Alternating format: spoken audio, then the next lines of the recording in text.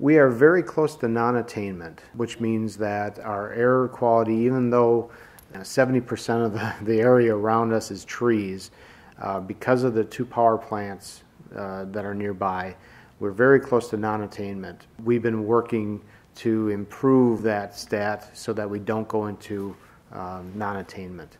The problem with non-attainment, and in fact we're sitting, I believe, next to a non-attainment county in Pennsylvania.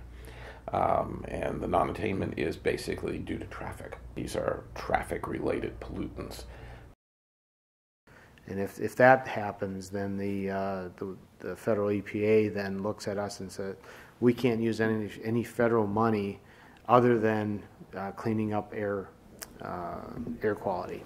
You couldn't build a new road, particularly if it's pertaining to the pollutants that might come from automotive exhaust. There's no part of your body that pollution can't reach. It can get into the bones, it can get into the brain.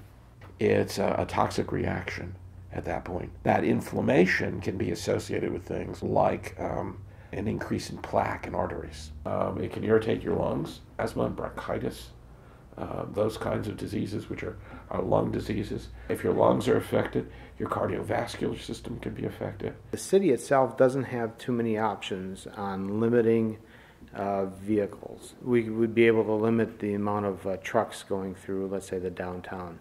I know some universities will ban freshman automobiles on campus. That's one possibility here. You could ban freshman and sophomore parking on campus. They stress to the freshmen not to bring them, but they haven't forced that issue yet. I guess if that was the case, then that would lead to less vehicles and less auto emissions. Make sure you have this continuous traffic flow, because obviously if the traffic is sitting there idling, it's producing more pollution per car, per unit of time that car is going to be there. Until we get some better land use planning countywide and try to regulate some of the really disastrous shopping centers and the poor planning that has gone into those, I think we're going to continue to see traffic problems. In an optimistic view, we'll clean up the transportation system in Morgantown. We'll get a better set of roads here, optimistically. People will understand that's a key to livability in Morgantown. In fairness, WVU has also taken on an effort to try to encourage public sector transportation. I would hope people would be smart enough to work on their own behalf to make where they're living much more livable